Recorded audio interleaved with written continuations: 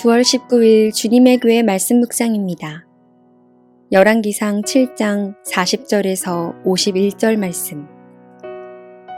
히람이 또 물두멍과 부삽과 대접들을 만들었더라.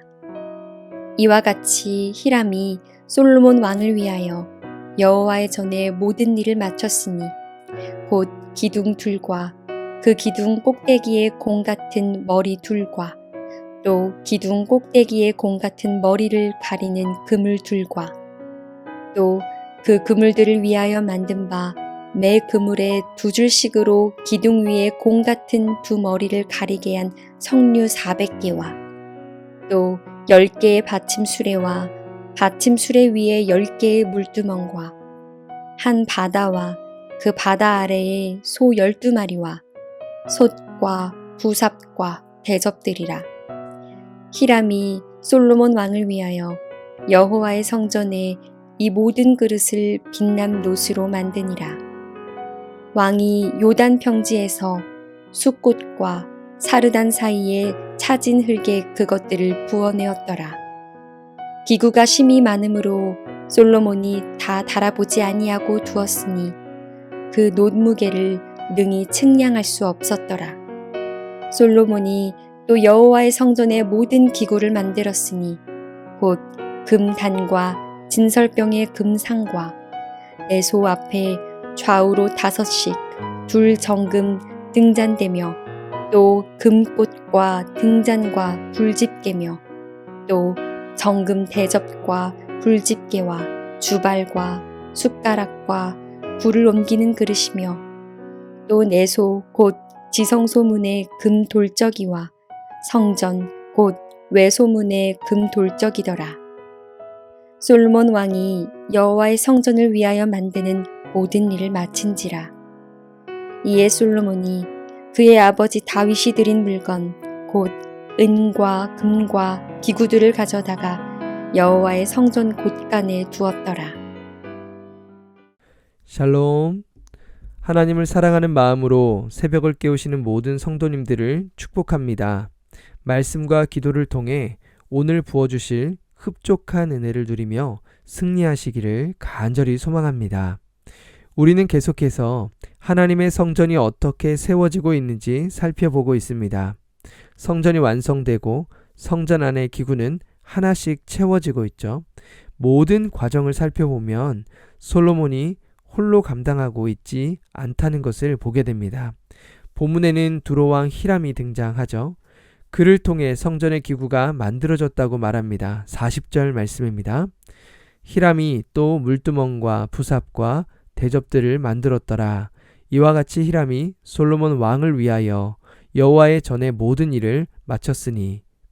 하나님께서 솔로몬과 함께할 동력자 히람을 붙여주셨습니다.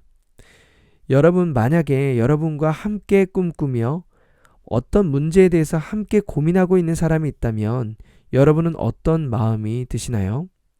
우리 안에 든든한 마음이 들지 않겠습니까?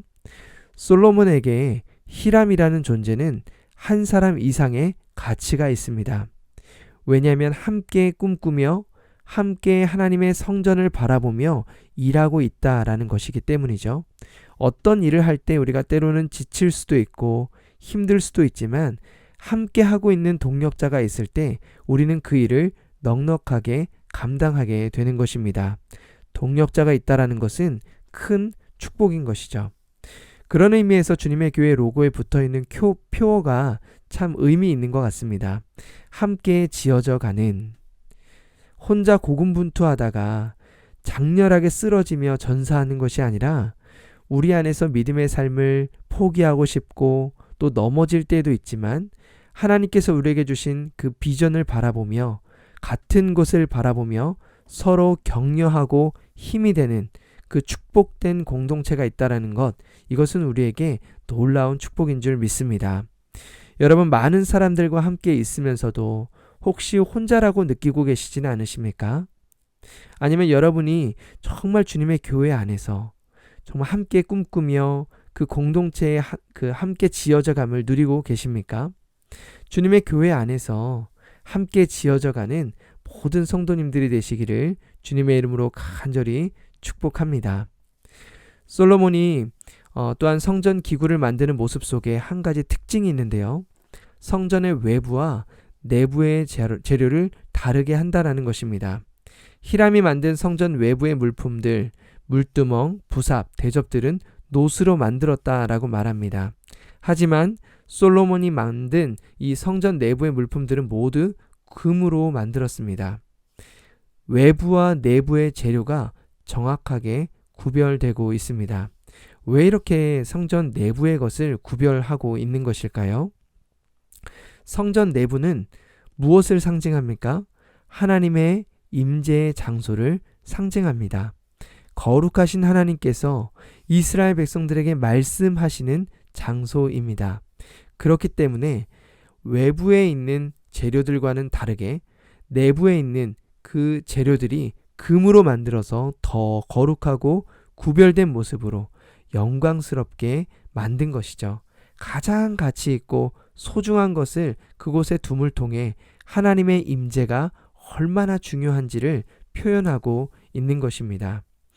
여러분, 거룩하신 하나님 앞에 나아갈 때 어떠한 모습으로 나아가고 계십니까? 지금 우리는 교회가 성전이라고 말하지 않습니다. 교회에만 하나님의 임재가 있다라고 말하지 않습니다. 우리의 존재가 하나님의 성전입니다. 우리의 존재 안에 성령님께서 계신다라고 말하고 있습니다. 그렇다면 우리의 존재는, 우리의 모습은 어떠한 모습으로 살아가야 하겠습니까?